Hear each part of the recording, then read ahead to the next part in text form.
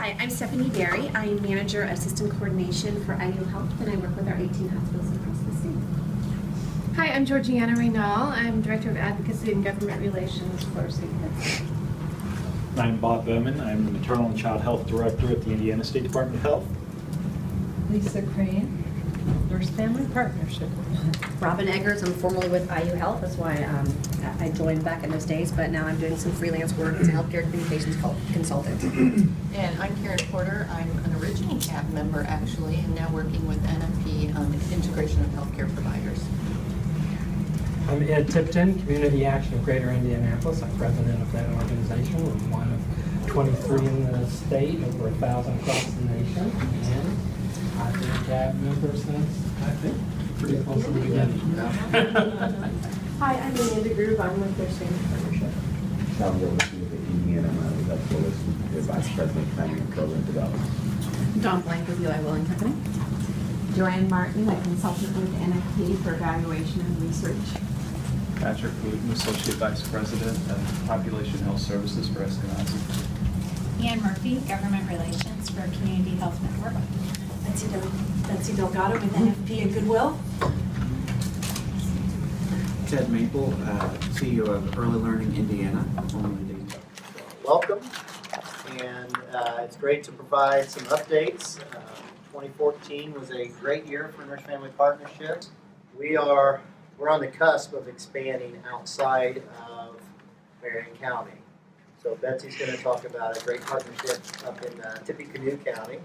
And then also with the McVie expansion, we're looking at Grant, Delaware, and Madison counties. We'll find out that very quickly. But what we do know is that we will expand. And with that being said, we're going to expand outside of Marion County.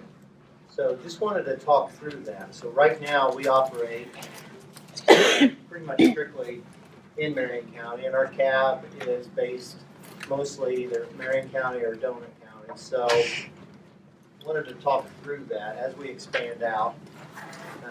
When I visited South Carolina, North Carolina, Nurse Family Partnership a couple years ago, the one thing that they had, so they had quite a few, like 19 implementing agencies, and each one attempted to do their own CAB, and they struggled with that because of kind of a statewide thing and finding strong leaders in some of those smaller communities. It was difficult to pull a group together. Brings to mind for me, do you then create a smaller core strategic group that helps plan agendas and helps with the connections with other regions? Maybe people have specific roles. Those could be the people with the bigger statewide presence or need to be at the table. That's really a big consideration, I think, as you move ahead, and may have other implementing agencies as well. But you don't want, I think the inclusiveness is important. Is there a way to do both and instead of either or, so that you really get all the needs met at the different times?